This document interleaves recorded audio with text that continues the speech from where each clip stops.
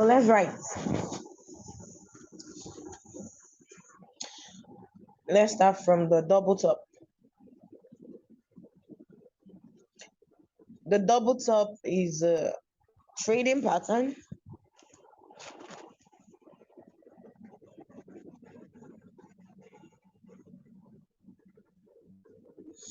It's a chart pattern. Double top. The likely indicates. Note the word likely, meaning it's not guaranteed. The likely indicates that a trend reversal has begun. Trend reversal has begun.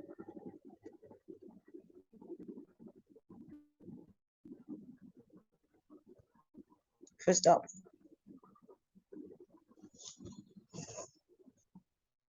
A trend reversal. So the downside, we're on double top right now, right?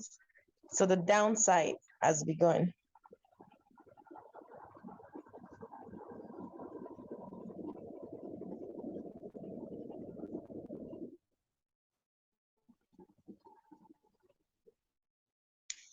First up, the double top is a reversal pattern that is formed after the market has been on an up move. Up move means buy move. It's a pattern that is formed after the market has been on an up move. Up move.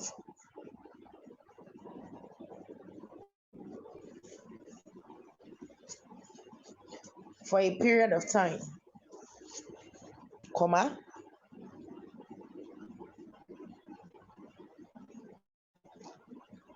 for a period of time, comma, and buyers could no longer push the prices above a particular resistance zone. Full stop.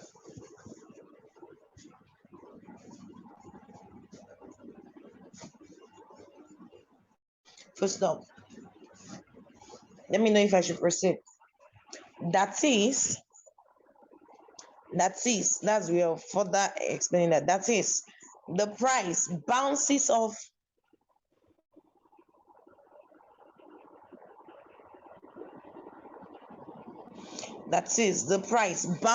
the resistance zone.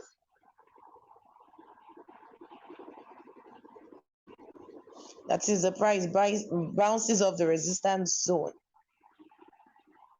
The first time, still goes back. Let me know if I'm too fast to.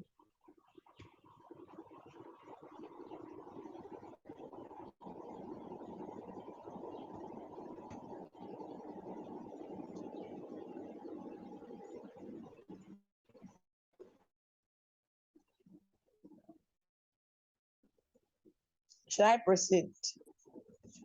Yes. Okay, so I said that is the price. What did I stop? Sorry. You said the price bounces up the resistance zone the first time and still goes back. And still, buyers could not break above the zone again.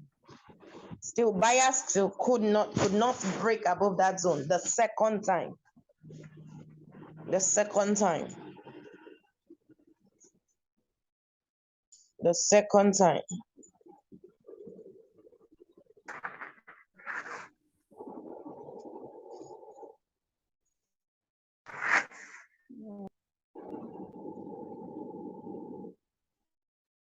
First up. Notes.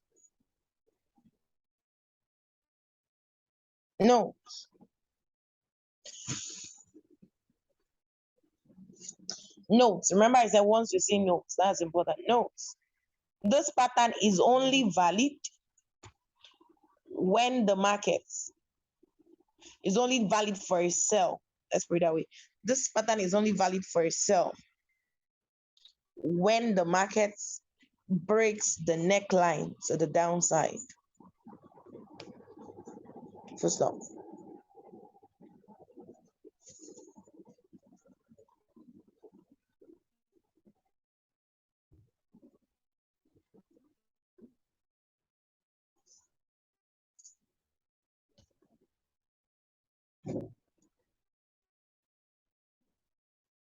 neckline to the downside, full stop.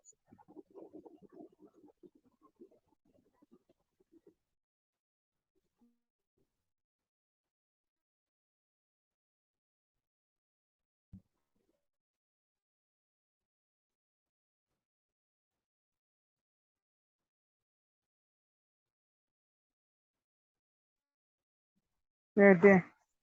Okay, full stop. All right, pay attention to the screen. Now, what was I trying to say? Now, this pattern, remember, it's a reversal pattern. So, and I said it's for a sell. So, what it means is the market must have been buying, meaning the market must have been moving up. Buyers are pushing the prices up.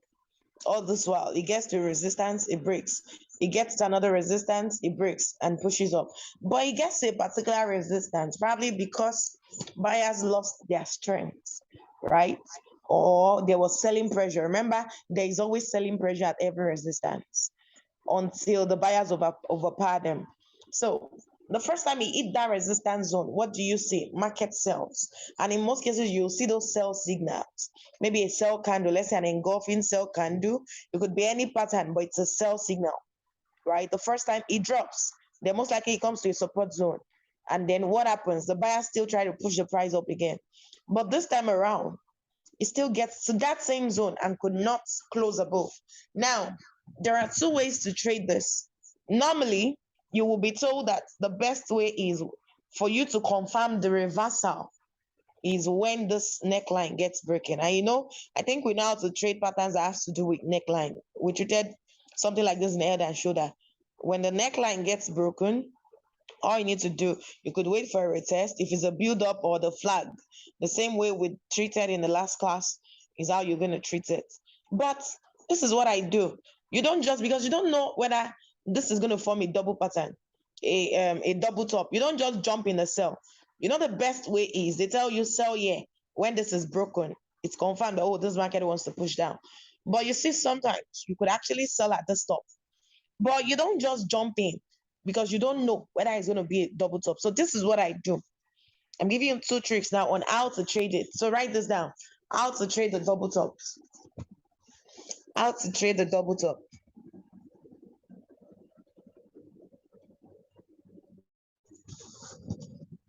How to trade the double top. One, you can sell at the break of the neckline. You can sell at the break of the neckline.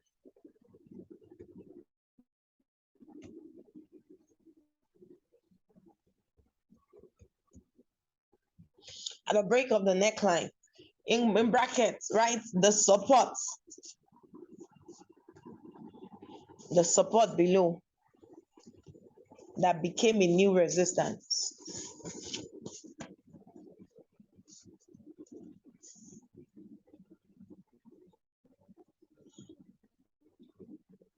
And your stop loss. This is where your stop loss is supposed to be. Right above that double top. Right? But like I taught you in inverse head and shoulder, for me, it could be too wide. So what I always do is I look at how the market broke. If there was a pattern, probably a sell pattern here, or like a build up, like we did the other time, I think we still remember, probably the market started ranging towards this neckline. If there was a range and it broke, I will put my stop loss there. I don't like to risk much, right? It doesn't mean those who put it above that other zone are not correct. Naturally, that's the best way. But then, depending on your account size. So let's say towards the support, the market start rallying and form something like a build up. Maybe it start ranging around that support until it breaks it. Of course, definitely, what will I do? I'll put my stop loss above that range that broke out. My stop loss will be here. This way, I'm risking little compared to what I want to go and make when the market succeeds in breaking it, right? I hope you remember that. So if the candle closes above the neckline, you can enter immediately or you want to retest, whichever way, the same way you trade breakouts. It's still the same thing you apply. But Another way, you've written that first way. Another way is 2, you wait. You know, the first time you hit this resistance, I want to see the market do something like this. Buyers try to push above that zone, right? You know, remember, until a candle closes, you can't make a decision. So probably the candle closes above the zone, because if you jump in here and just sell, let's say this was the highest high so far. If you jump in here, the truth is you don't know where your stop loss will be, because you don't just want to jump in the middle of anywhere and start putting stop loss anywhere. No. So you wait for the market to give something like a false breakout above the resistance, right? But eventually, probably the market now comes back and close with a wick inside the same zone again, meaning you're going to see a wick closing outside of your resistance zone, with the body of the candle closing inside, something that probably looks like a pin bar, right? It shows you that the buyers were rejected. That's why you have the long wick at the top, and then the prices close back inside the range. At that point, once the candle closed, immediately that sell candle closed around that resistance zone, I would enter for a sell, because for me, that's my sell signal around the resistance zone, right? I would enter for a sell right here, and I will write it down to the supports. Are we together? So in this case, my stop loss will now be that wick that shot out above the resistance zone, right? You know, market could not push above it. So my stop loss will just be a little bit above that wick. I'll just give a little space. Probably I'll take like 10, 20 pips above that wick. And that will be my stop loss. What it means is the market eventually pushes back that wick and close above it, then what it means is the sell is no longer valid. But this way, my stop loss is shorter, right? I would have made profits going down all the way from this zone where the candle closed. Let's say my candle closed around there. I would have started selling from here, and I've made profit down to this level, and I would have exited on my TP1. Or probably I took 2 entries here. I'll ride one and exit one here. Then the other one, I want to see if the market is going to break this. So if the market eventually breaks this, what does it mean? I'm making more profits. And of course, I risk a little for all of them. Does it make sense? Do you understand what I just explained? Yes, I understand, ma'am. coach. Okay. So Toby, was that clear also? Yes, ma'am. Good. So there are 2 ways. Remember, the conventional way is you wait for it to break this. But normally, if I was selling at the resistance, all I want is, first of all, after this first point, I'm seeing one. I need to see another candle fake out. Fake out means it could not close above. It will give you an impression it wanted to close above, and it could not. Probably the wick, the body of the candle still came back inside the zone and closed. In that case, I would take the sell, ride it to this point, exit here. But if you pick 2 trades, you can leave the other one to see if it will break this structure. Remember, until it breaks this structure, that reversal is not confirmed. But if you notice later he's not breaking the structure and he wants to start reversing back, what do? You would have still been in profit because you sold all this way. So what you do is you close the other one, and you take the profit you have. So there are 2 ways you could do that. You can either wait for the break of the neckline, or you do the other pattern. So that's 1 and 2. Which one do you prefer? The 1 or 2? Put it on the chat box. Let me see the one you prefer. Remember, everything has to do with your risk to reward ratio. 1 or 2? 2. Okay, 2 is which one? Wait, okay, 1 is wait for the break of neckline. 2 is wait for the prices to still be rejected at the zone on the close of a sell candle, and you could enter. So which one? That's 2. I believe everybody should prefer 2. Okay, no problem. So that's what it takes. Now for the profit, of course, I expect everybody by now to know what the profit is. It is assumed that at least your first TP would give you the same length of this. What do I mean? Hold on, let me pick the 2. Your TP1 zone is expected to be, you see the length of this zone is most likely the same length the market will make when it's going for profit. But I don't even measure that. This is what I do. Normally, I follow the market structure. So my first TP zone, of course, will be the next floor after I've sold. That's your TP1. If you entered from here, or probably you've been trending from here, this is the next TP after it breaks this floor. Of course, this is my next support again. if I'm going for TP2. That's how I trade it. Do you understand? But this pattern is expected because it's a reversal pattern. So what it's saying is, most likely is also forming a downtrend. So you also want to trade the downtrends. Do you understand? So that's the TP. I'm not expecting anybody to come ask me where is the TP again. Once you self, you know your TP is always the next zone and the next zone depending on the trend you're following, right? So I think that stop loss is just where people are always a bit mixed up. And anybody can always take any level of profit, even if the word is going for TP3. If you're okay with TP1, you can always exit the trade because you see at the end of the day, nobody owns the market, right? So some people always want to get out. I used to remember I was telling someone I had there was this favorite educator I had then, Christopher Derrick. Christopher Derrick would always pick two trades. Like anytime he analyzes whether the market is an uptrend or downtrend, he will pick two entries. They call it twin trading. Meaning, let's say he was selling there, and this was Euro USD. He will click Euro USD once, Euro USD twice. Immediately that pattern formed. It will sell both. Now the first one, his TP is always 30 pips. I don't know of now, but at then. So no matter, even if this market is going to give him 100 pips, that first one is going for 30 pips. The second one, he can now follow and trade with the trend. So if the trend decides to reverse later, it would have still been in profit, right? Because he had secured one by closing one on 30 pips. The other one, if the market is now going to 100 pips, he can follow it up to 100 pips. And of course, the more he moves down, his stop loss too will be changing, right? Because if the first one does 30 pips, it would have changed his stop loss to entry price, meaning it's breaking even. So no matter what happens later, even if the market reverses back to his entry, he did not lose because he has secured some profits. Are you learning? I'm giving you a strategy you can use to trade now. Yes, yes, So anytime yes. you Yes, analyze, ma'am. you could pick two entries. Just take 30 pips, at least that one has entered your account first. Then the other one, you can now be changing your stop loss to break even. If that market now wants to go 200 pips, and you followed it and you open your chart and it has gone 200. So far, you remember to change your SL, that's your stop loss to entry price. That way, even if it reverses before you saw it, you are not going to lose anything because it's still going to close at the price you entered. But this is what I do. I would always take some on some first. Most times I might even go for three. When I analyze and I'm following the trend, I might pick like three trades. I'm not telling you to go and do the same thing. Our account size is not the same, sure you know. So Yes. to your cut these things, cut your coats according to your material, not even your size. So let's say I do three. One, I might pick like 50 pips. The other one 100 pips, like because I'm following the trend. And most likely why I go for all those 100 is because it's gold though. If it's normal currency pair, you might not get lucky to have that kind of pip in just one TP1.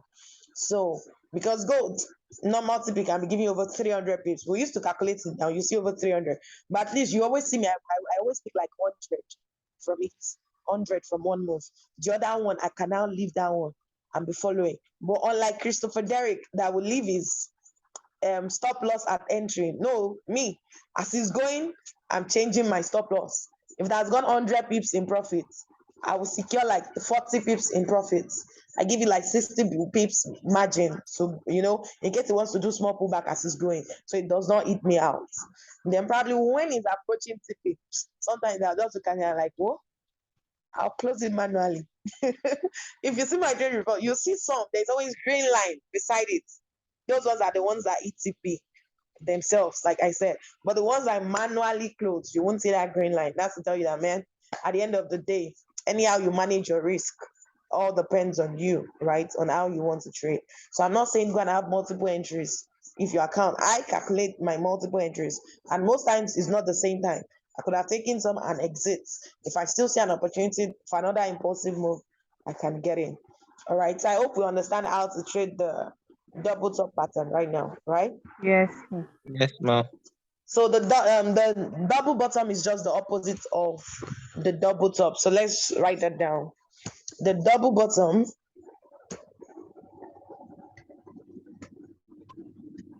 the double bottom is also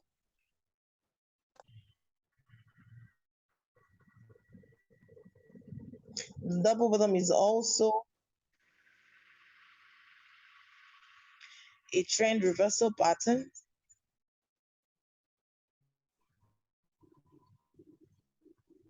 Sorry, a bit distracted. The double bottom is a trend reversal pattern that indicates a likely reversal from a downtrend to form an uptrend. From a downtrend to form an uptrend.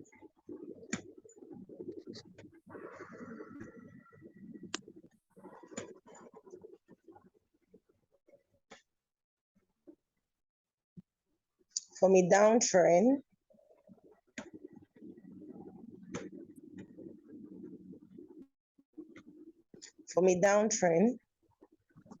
to form an uptrend. Stop.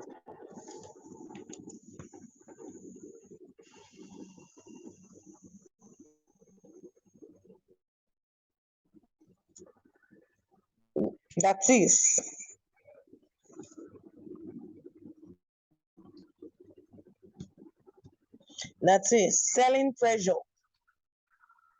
has reduced, and the sellers, that is selling pressure reduced, and the sellers were unable to break the support zone.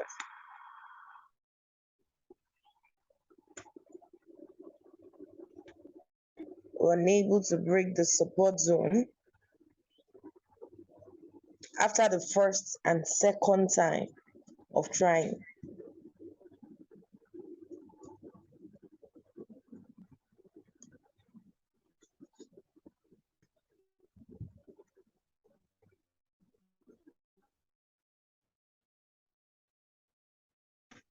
First and second time of trying.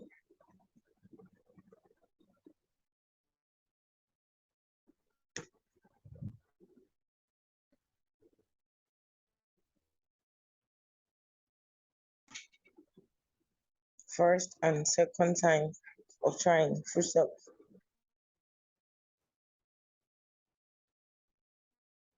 Notes.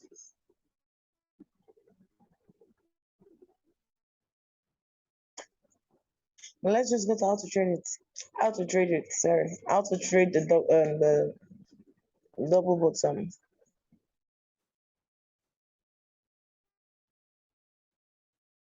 How to trade the double bottom.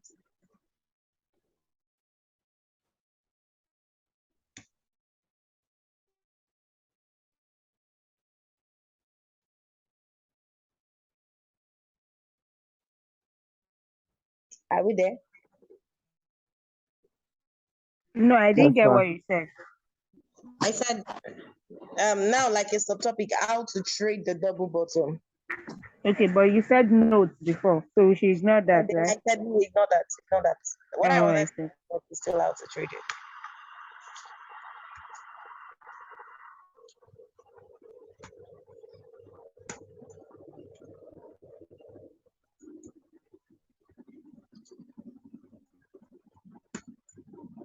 So are we there? Yes, yeah. Okay, good. So number one, you can enter for a buy on the break of the neckline. On the breakout of the neckline.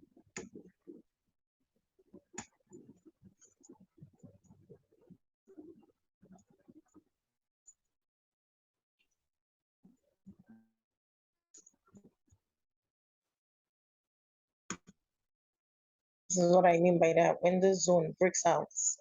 And of course, if you remember how we treated our range, that even when you have a range, you know this thing forming this V might not necessarily be a range. Most likely it's not going to be a range because you see the market coming down again. But remember our range, even when you have a range, it has to break out of the resistance to the top if it's going to buy. Who remembers that? Who remembers Yes, what we're doing? yes. Good. So this one too, that breakout of the resistance is now like a neckline area. So for you to say, oh, this market is really, really going to buy, this zone has to break out. So the market has to close above it to say, okay, now we are now in the buy season, right? That's one way to trade it. And of course, your stop loss is meant to be here. just below, because what you're trading is this pattern that made you say you want to buy. So if this pattern is not really going to be valid, then your stop loss has to be just below the pattern. And of course, your TP is follow the zone.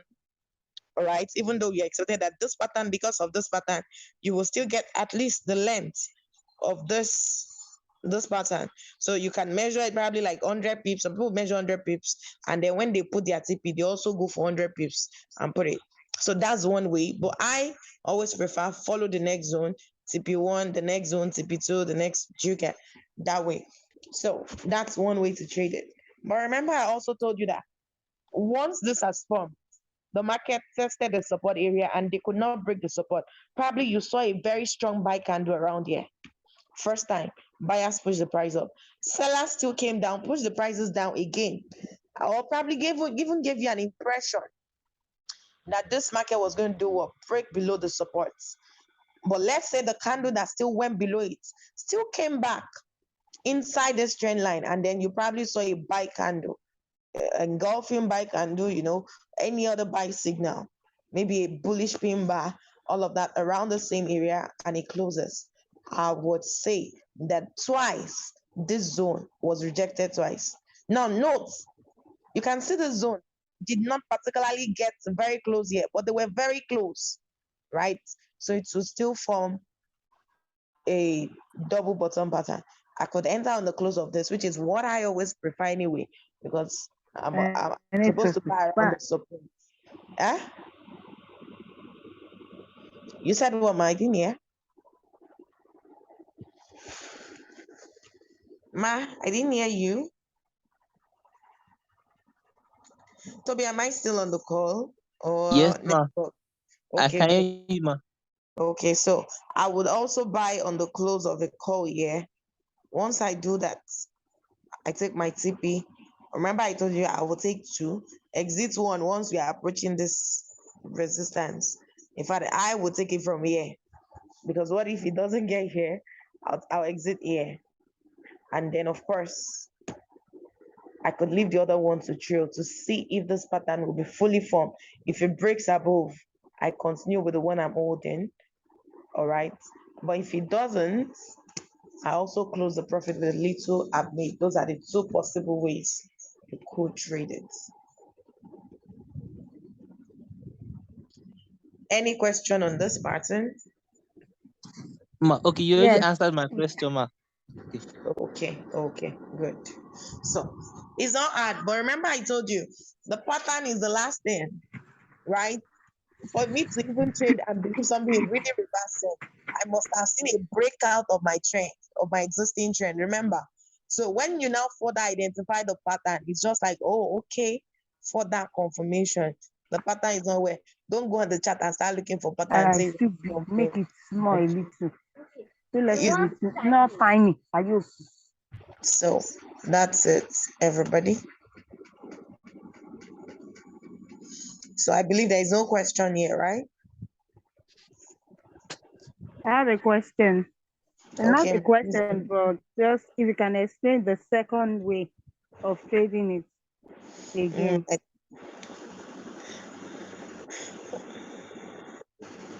Sorry about that. My network was okay, ma. So I didn't get it.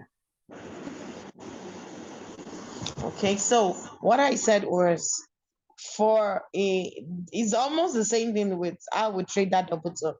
In this case too, of course, when the sellers push the price into the support, obviously they could not break the support. So you must have seen a buying candle or buying indication around the support that pushed the price up, right? But as at the time the price was pushed up, you don't know whether this thing is going to be a double bottom. But let's say again, you now see another sell coming into this same zone again. Now at this point, it's beginning to look like, okay, now this same zone, a support zone again, you now see another candle that either breaks below but still could not close. Remember I told you, you use candles after it has closed, not while it's still, because sometimes while it's still running, it can go below the zone that you think, oh, it has broken. No, but just before that time is complete, it comes back and closes above. Probably you're now seeing a long wick below. So in that case, it tells me that sellers were still rejected and prices were pushed up by the buyers as long as the candle came in and closed above that support zone. So once I see that, most likely that candle will be a buy candle. It could be, a bullish pin bar, that's the hammer, or a bullish, what do you call it? It could be an engulfing pattern self. You could be having an engulfing candle or tweezer bottom, anything it is that tells you buy. At that point, I could enter my buy, pull my stop loss just below the zone, and then I ride it. Now, when I'm riding it, I told you I'll take 2. I'll exit 1 around here. Look at where the shape of the W is formed, where the last cells are from. I'm not going to wait till for the first one to get here. Sorry, just a moment. Because what if it doesn't get here? There is a zone here. Can you see there's a zone here? So once I'm riding here, I'm going to exit around here first. Okay. And the other one, I might want to leave that one and see if the market is going to break out of this structure. If it breaks out, fine. I would have had a very lower entry, right? If it breaks out, I can now double up here again, right? Do the normal way we trade a breakout and double up here.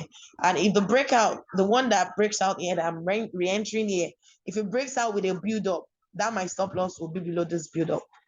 Do you get that same pattern I taught you the last time? That's where my stop loss is, not here. But if you want to follow the general rule, of course, you can place your stop loss here, right? Depending on what you're willing to lose. So, any questions, ladies and gentlemen? No questions. Okay, so let's go into the charts. Let me make somebody co-host. Toby, come and go and analyze for us. Okay, ma. Why are you shaking? Let me stop recording. Prevented today's class. So let's go practical.